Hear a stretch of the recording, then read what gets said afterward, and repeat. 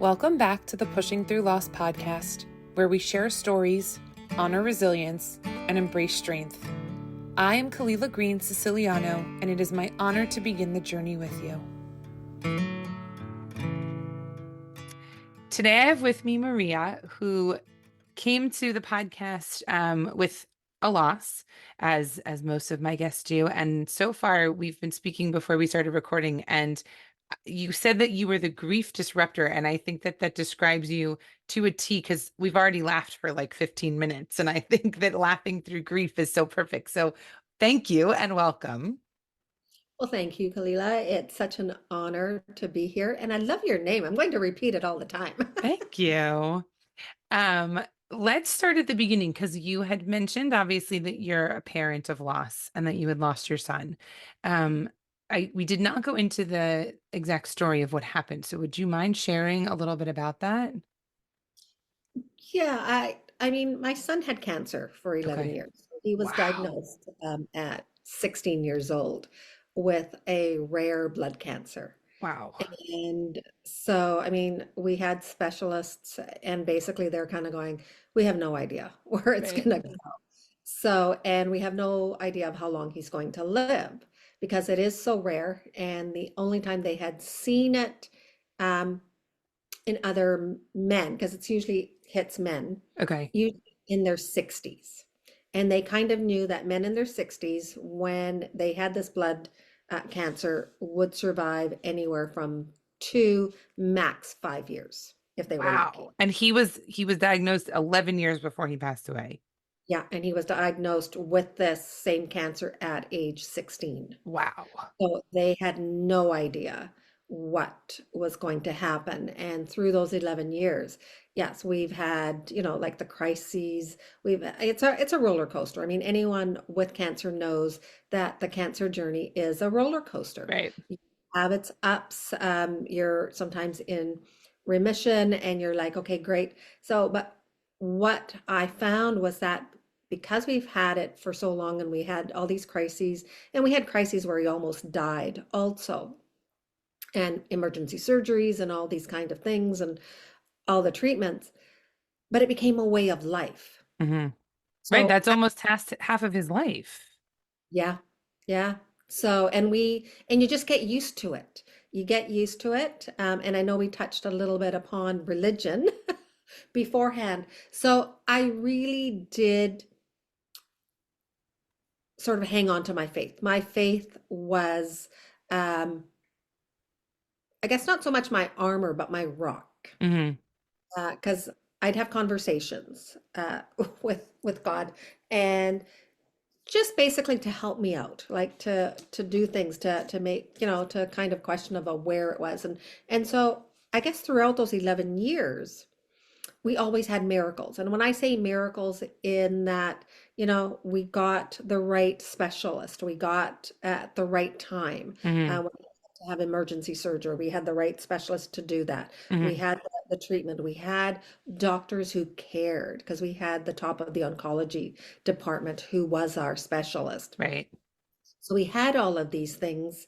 Um, and just, I think because it just became our normal part of life, you just kind of expect it to forever go on Right. until I think the day when it started to metabolize. My son was 27. Something started to change. And I know, we had brought him back to the hospital, and the specialist had seen him. And he was in such pain and stuff that basically they came back to me and went, he only has 24 hours to live. Wow. I'm like, like it's a shock, like Right. all of a sudden, it's like, what kind Right. of thing? Wait, but he's been living with this for so long. Why all of a sudden now? Yeah, yeah. And so it was one of those things. And then they're going, well, we have to tell him. And I'm like, no, no, no. Because at 27, he's an adult. Right. Realistically, I've been throughout his journey beside him constantly. So whenever he had any crises, whenever he's at the hospital, I would stay at the hospital. Like even when he was in the ICU, which is the Hmm. intensive care, um, I would basically get there early in the morning and leave late at night Hmm. back again. because one of his surgeries that he ended up being packed. So packed means he has surgery and they leave him open. And so then he has to be in intensive care Wow. because they've packed him because he's open, right? Because they haven't closed him. Right. They've left him open to see if there's going to be any complications, and they don't want to close them and then reopen them again. Wow. So then, I mean, he's medicated. So that way they kind of keep him under. But I Mm. would be there like, as soon as they opened, because I couldn't stay there, I'd be there like from early morning Just to sit until with they him and talk to said, him and yeah, so like from 7 in the morning until 11 at night, I'd be with them. right. Go home and then come back Right. again to the hospital to do that. All because I wasn't, I mean, and even in those hours that I left him alone, it was like I'd be praying Right. to make sure that he was protected. I'm one of these ones that would give prayers of protection and, protecting the doctors too and their hands and everything that they do. And so at this moment when they told me he only had 24 hours to live, and I asked them not to tell him, which when I spoke with the specialists and the teams, they saw that I understood. Like I wasn't doing it out of, and lack for a better word, ignorance. Hmm. It was more to protect my son's mindset. Hmm. Because I knew that if they told him he would be in so much pain, he would die. Right. He was just let go at that point. Yeah. So, and they kind of went, okay. And so basically, I ended up moving into the hospital. So he was in the emergency care. I even slept on the floor. Like I Right. put a blanket on the floor and I stayed throughout the night with him. He was in the room. So he actually lived for 3 months. And it's so funny that happened because it's one of those where they say 24 hours and then 24 hours goes by and you're sitting there like, okay, thank God he's still here, but how long is he going to be suffering through this? Yeah.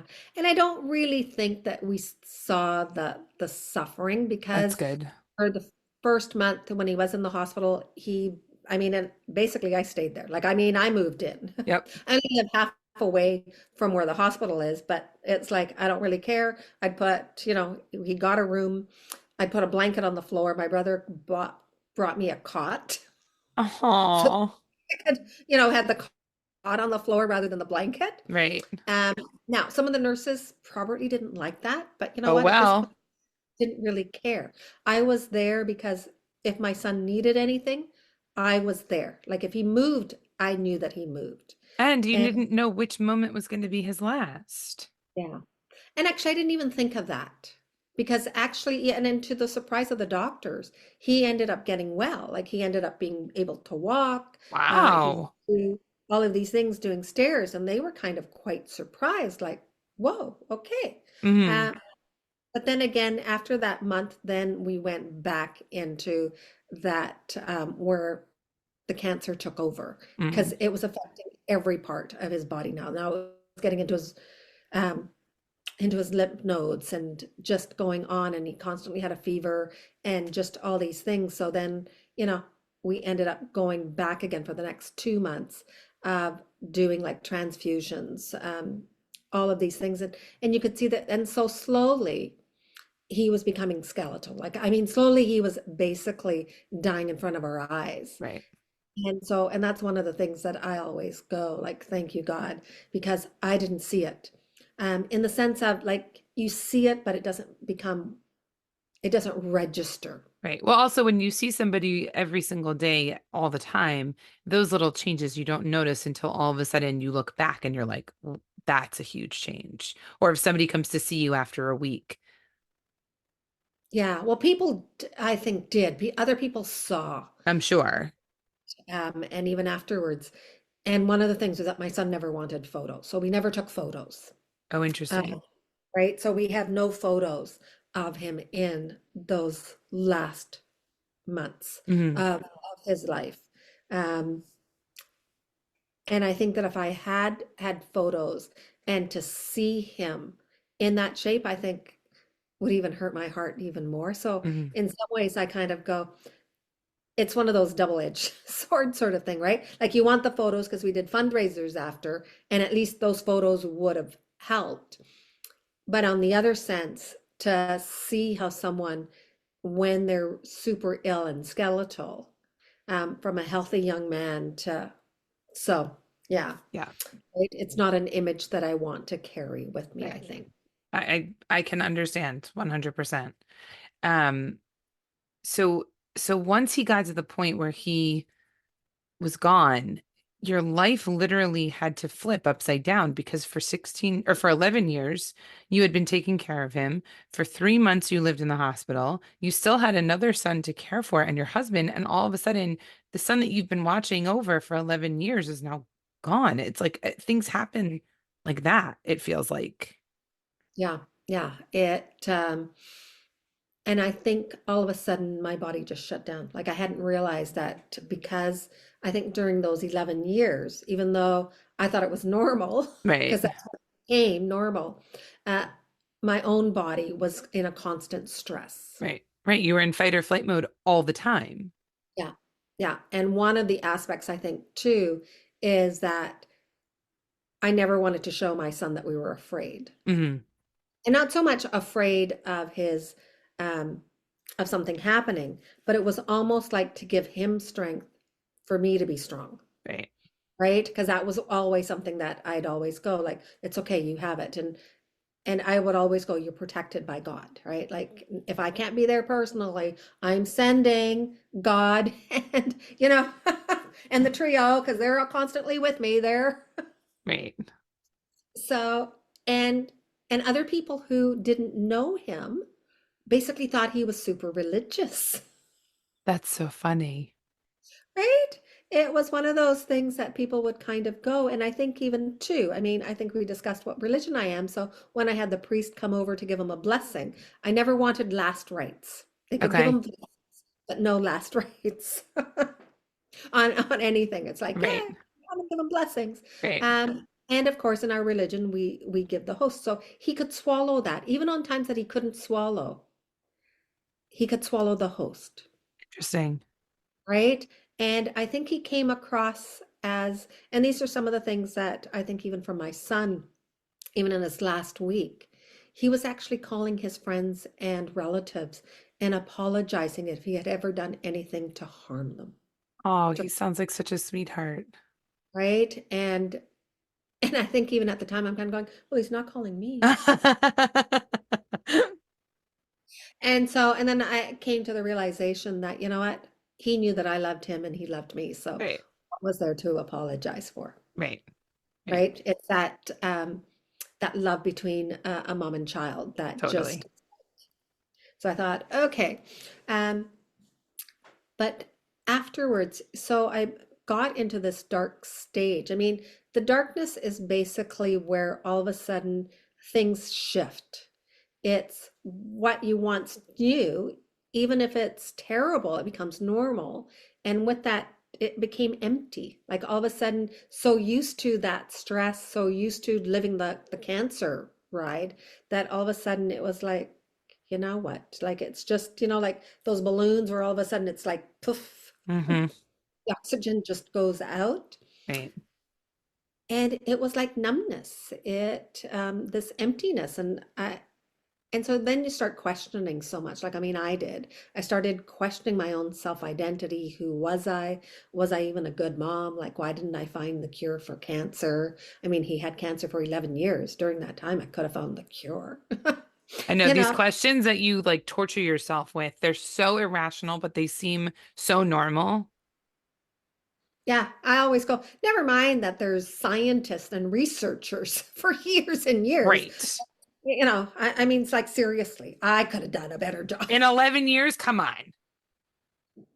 Right. Right? So my thoughts were on that. And then one of my recurring thoughts, which is so hilarious, is I was thinking of myself as a terrible mom because I had never taken my sons to Disneyland.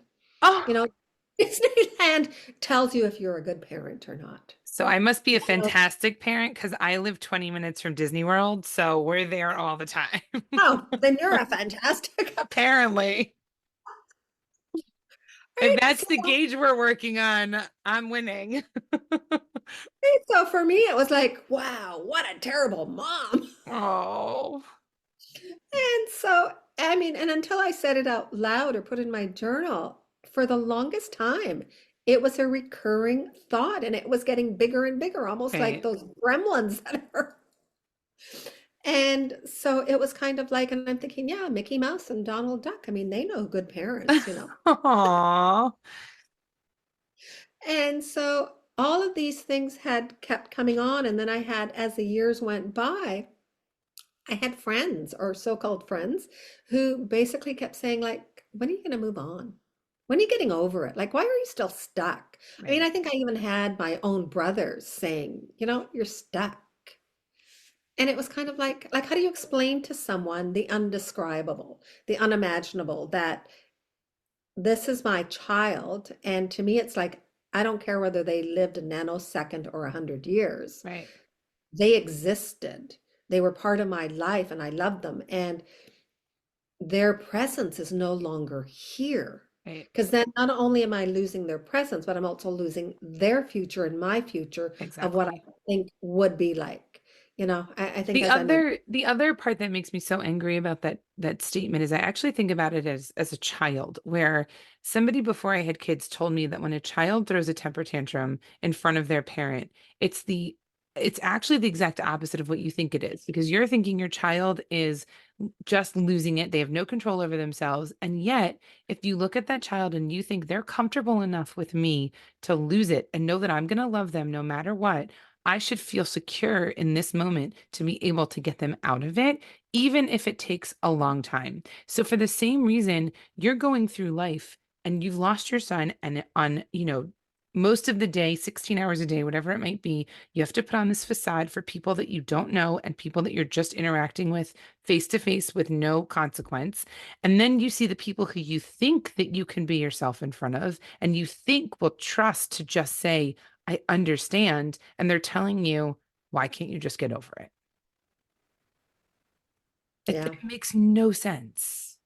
And I loved that how you said about the child throwing a temper tantrum because I didn't even think of that. And I'm going to definitely see that now when my grandson has a temper tantrum. It means he trusts you. He With knows them. that you Yeah. love him no matter what. Yeah. And that is so true. I think sometimes when we're vulnerable, we have who we think are people we can trust. Right, And then they kind of show us that they cannot. right. And that sometimes is also the secondary losses that we have. We have the relationship shift, what we thought was important beforehand. And that's one of the things too that I sort of learned.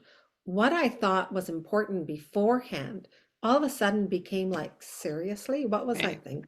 Like it's not important. And so priorities shift. And that's one of the reasons why I like the word shift. And I go, it's shifting the perception of what grief is. Mhm. For the longest time, I was still calling myself a grieving mom. And the only reason I'd say that is because my son passed away. And I don't care. I mean, he passed away in 2009, so it will be almost 15 years. But to me, at times, it's almost still like yesterday.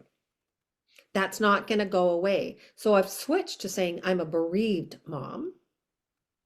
And that just shows that, I'm honoring my son to remember him. And one of the things that I always tell people, like, mention your person's name. Like my son's name is Stefan, right? And so he's lived, he made an impact in other people's lives. Mhm. He made an impact in of course my life. I mean, he was my firstborn, so of course it's, you know, a child is your child forever. It's like when you're motherhood at the first time, when it's your firstborn, all of a sudden, if you never had a child, and this is a spoiler alert, when I first had him, the first week or two, it's like, oh yeah, when is he going to go home? That's so funny. I thought the same thing. And then that realization, oh crap, you're staying with me forever. Yes, I had babysat since I was like 8 years old. I was a mother's helper. And when I first brought my daughter home at like 6 or 7 o'clock in the evening, I was like, okay, why isn't someone coming to pick her up? And then I was like, oh, I am that person. She's not going anywhere. Yeah, and that's the thought that comes in, and then all of a sudden you're kind of like, oh my God, what am I thinking? You know, Right. like I shouldn't tell that.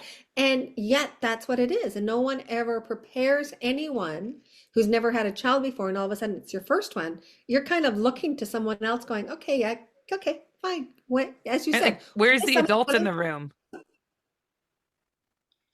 right? So it Yeah. was like, and so grieving is sort of the same thing, except it becomes a different weight. I mean, I ended up waiting and waiting and waiting because I was waiting for someone to save me. I Right. don't know to save me from what, but I think to save me for the pain to stop, Right. to save me, to give me that lifeline because I was treading water. And it was kind of like, and I don't even know how to swim. Oof. It's like, okay, come on, like somebody help me, like, Right.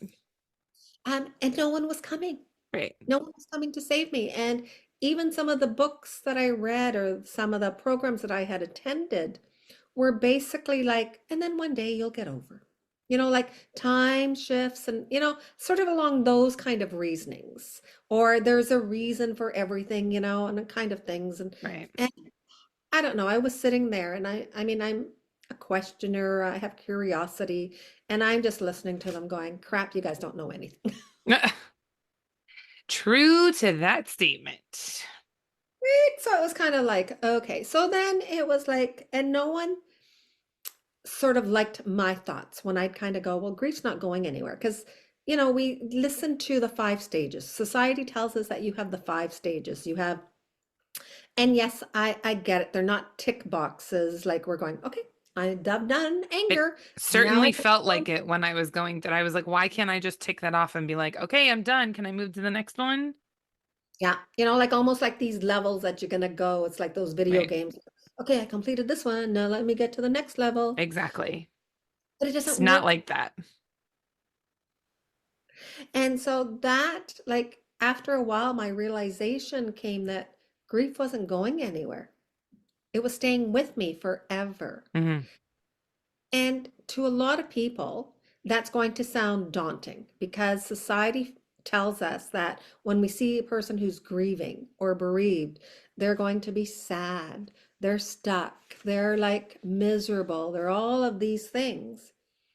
And yes, in some ways that's true, but that's true for a lot of people in life that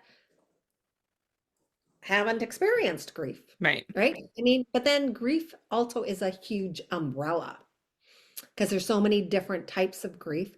And the grief, of course, that I like supporting people on is when they've experienced the loss of a loved one. Hmm. So it is the loss of a person. And I mean, not that I knew what I was going to do with this realization that grief was with me forever, but it felt liberating. It felt like freedom. And Right. all of a sudden, I could be my authentic self. And Right. then I thought I couldn't care less about if people said I wasn't moving on or I wasn't stuck. Because if they said that to me, and I'm kind of like, do I really want to hang out with them? Nah, gone. Right. Well, like you Right? said, your priorities become different. And so if people aren't aligning to where you are and at least giving you just the space to be who you are, then I agree with you. Mhm. And that's where, over time, I've actually come up with the 5 pillars of care. And I use care as a synonym, Synonym. synonym, synonym. Yeah. Yeah. Okay. English was not my first language. That's fine. I'd say you're doing a pretty darn good job. I never would have known. And so I use it because part of it is that it's compassion. It's giving ourselves compassion, Hmm. right? For what we've gone through, for what we're experiencing. And then there's also the awareness and the acknowledgement because we have to be aware of our feelings, of our thoughts, and acknowledge them in a non-judgmental way. Hmm. A lot of times other people are judging us and we're using their judgment to judge ourselves harshly. Yep. The same thing, like as I said, like Mickey Mouse and Donald Duck. I mean, who would have expected they would have judged me as a parent? Never in a thousand years would I have thought that they Right. would have. Uh, but and then it's also releasing the could have, would have, should have's because we have a lot of could have, would have, should have's. We think that, as I said, like, why couldn't I have gotten the cure? Right. Why wouldn't I have brought him to someplace else? Right. You know, all these kind of things are, and then it's also things from our childhood that come up.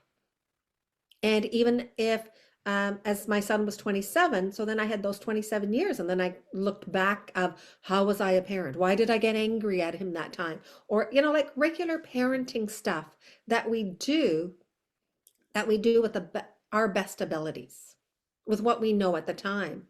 And sometimes our regrets come out of hindsight. Like we're living in the present and we know more now than we did, you know, back when we did something. And we're looking at it through eyes of present moments and of hindsight. And then we're judging ourselves for not knowing that. Right.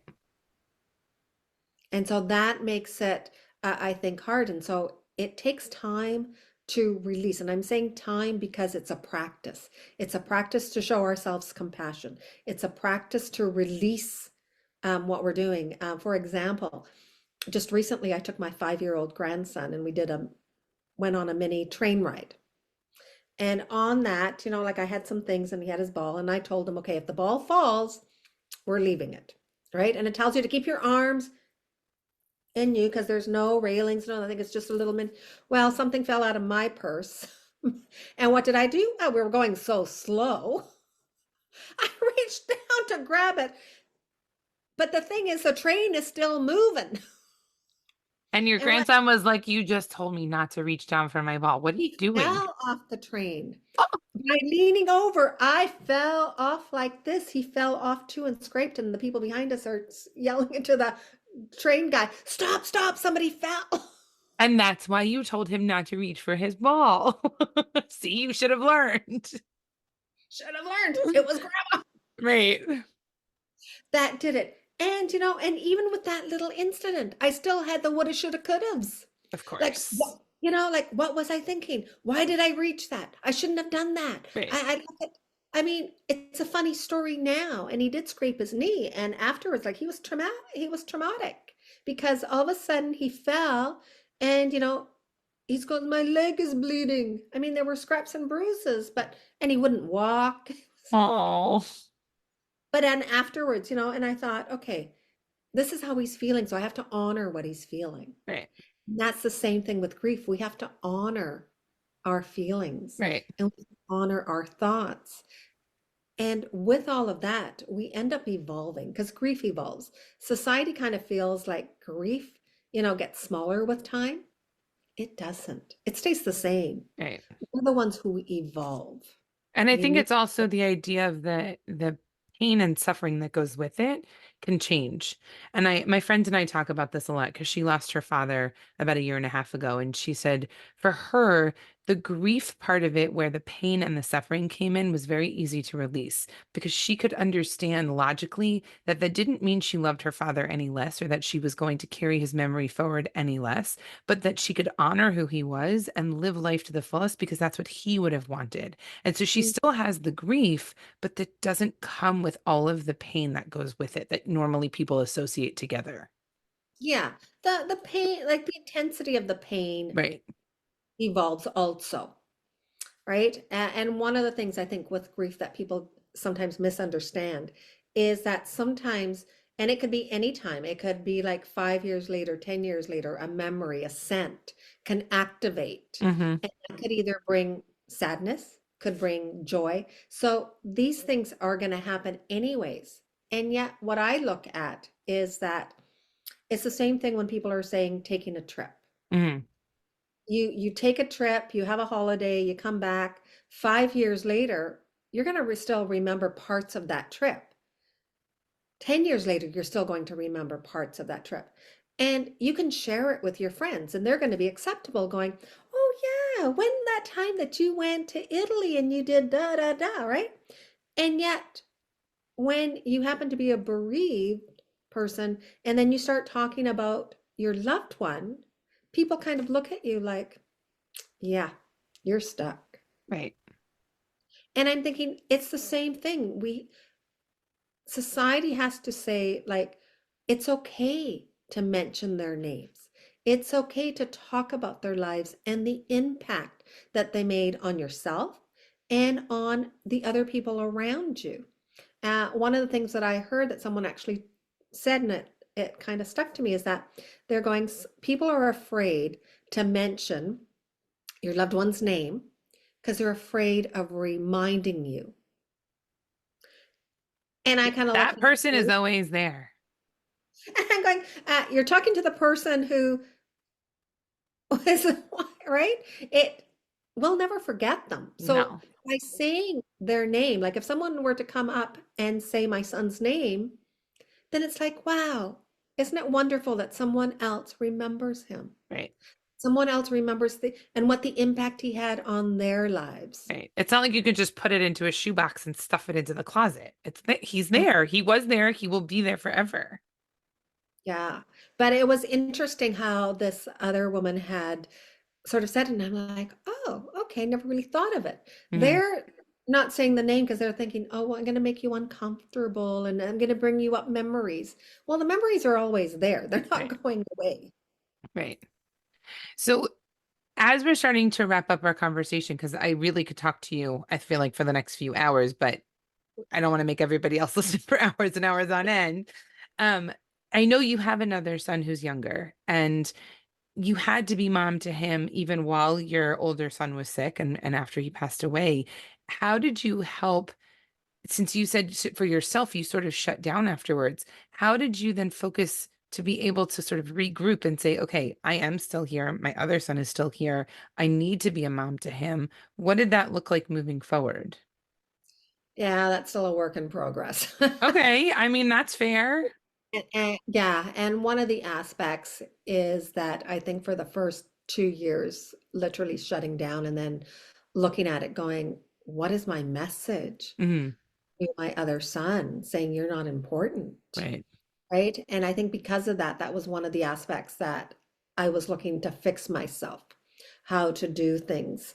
Um, and one of the things that I've learned, because I did become a certified grief educator, is that we each are going to grieve in our own way.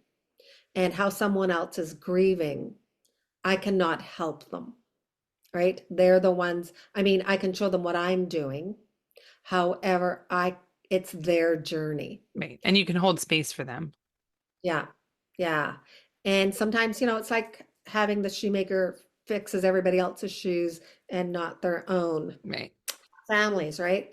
And there's that, I think, dynamic of when you're still the parent, mother and child parent, you know, kids sometimes act, well, I mean, I say he's a kid, he's 40 years old, my youngest son now. And he's going to do life his way. I Right. mean, when his brother passed away, he was 26 years old. And so I think a lot of times he has a lot of regrets, I think. I mean, I don't know because he's not doesn't share them with me. Um, of maybe not spending as much time as he could. Because one of the things that I find is that both sons had girlfriends at the time. Um, Stefan's girlfriend wanted to spend time with her boyfriend, right? He was dying, so she wanted to spend time with him. My other son's girlfriend hated being in the hospital. And Oh, every time she'd come, it was like, let's go, let's go.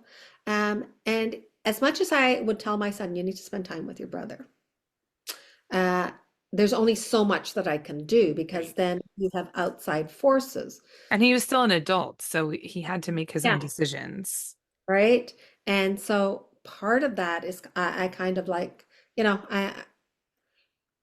for me to not have judgment on his choices and to kind of say, you know what, how it played out is how it played out. Like the part of the regrets is we always think, oh, I should have spent more time. I should have done this and should have done.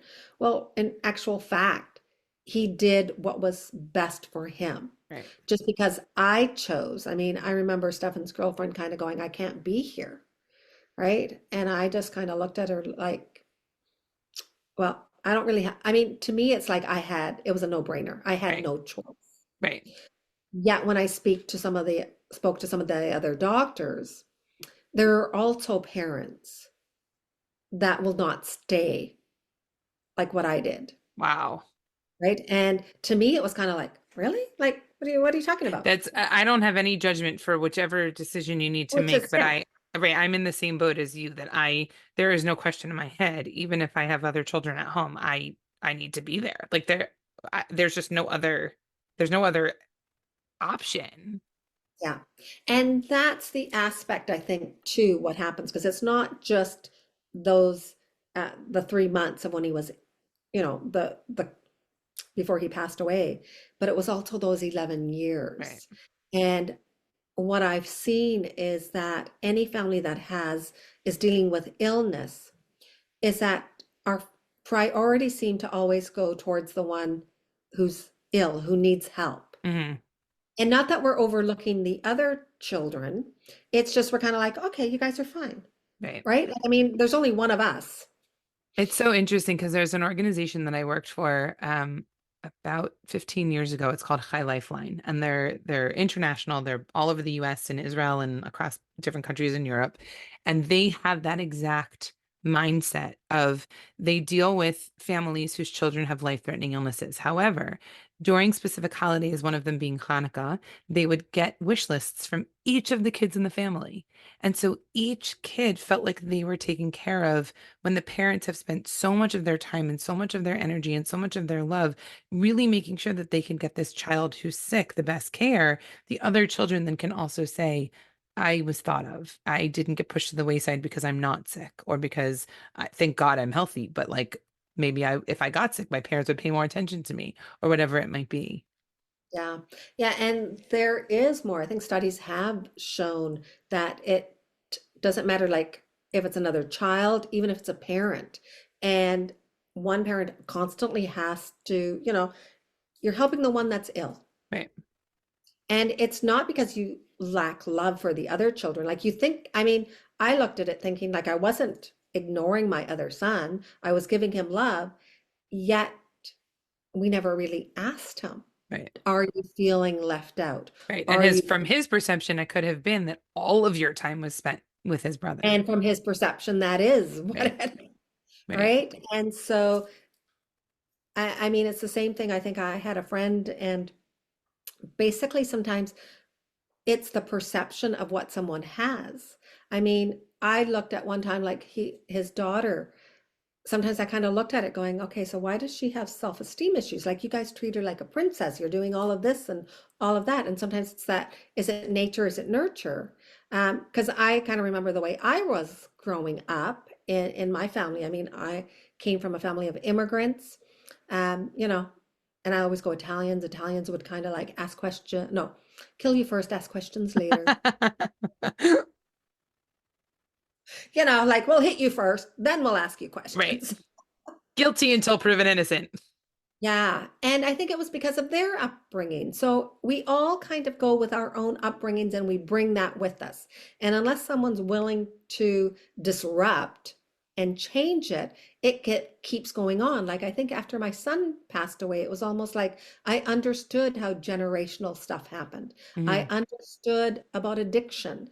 Um, because one of the things that I always went, and this again is no judgment on anyone, because we all do something that we want to dull the pain. And that's really sometimes what addiction is. You're taking something to dull the pain of what we see that is hurting us. Hmm. And whether it's a physical pain or a mental pain, it is a pain that we're wanting to dull. So for me, it was kind of like, okay, thank you, God. I can't have more than two drinks. Right. Like, and I think that's what it is. No one ever goes with the intention of, I'm going to be an addict.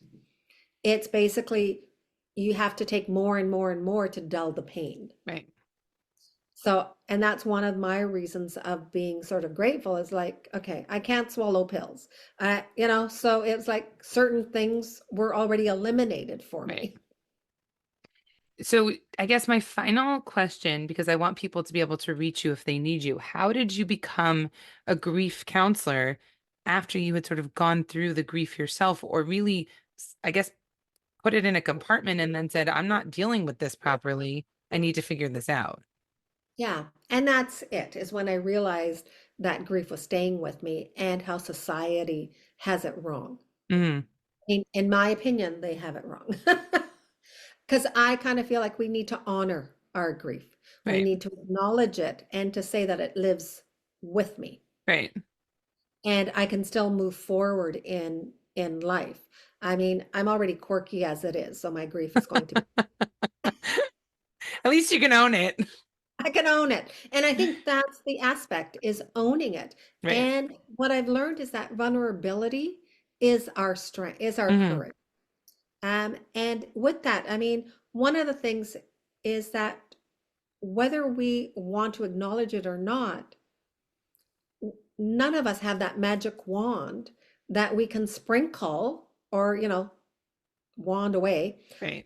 changing things. There are certain things beyond our control. Right. And the only thing that we can control is accepting who we are right now. Mm.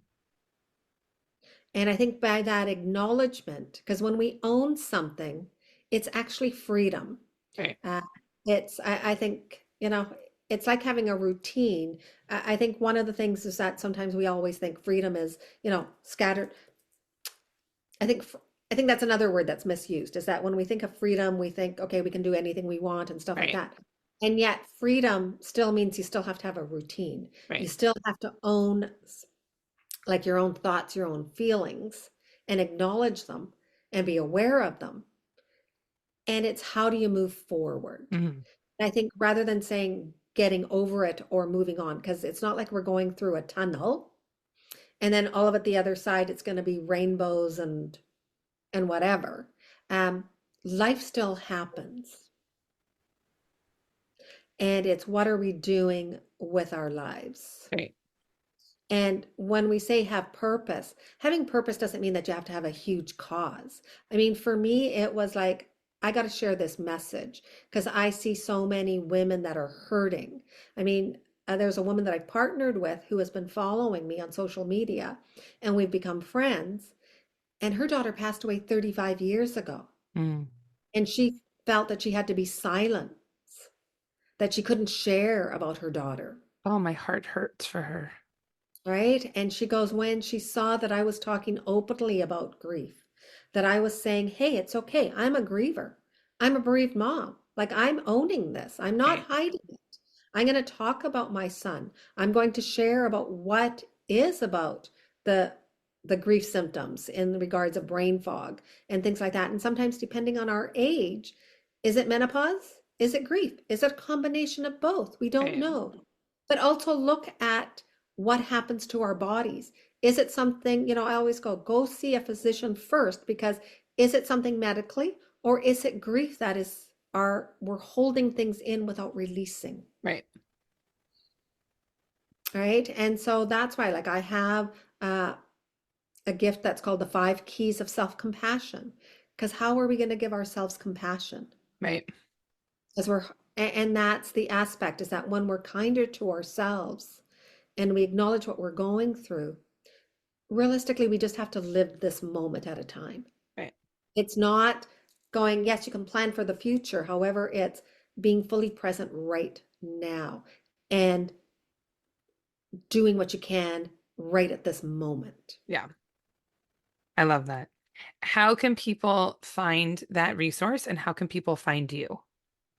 Okay, my website is mariabalanek.com. And so check that out. And my email is hope@mariabalanek.com. I love that email address. It's so perfect.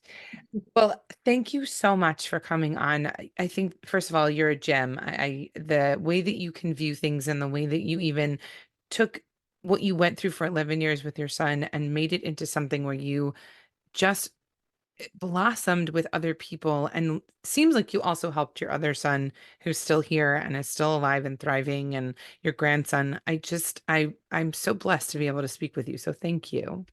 Well, thank you so much, Kalila. I appreciate and I'm honored to be on your show.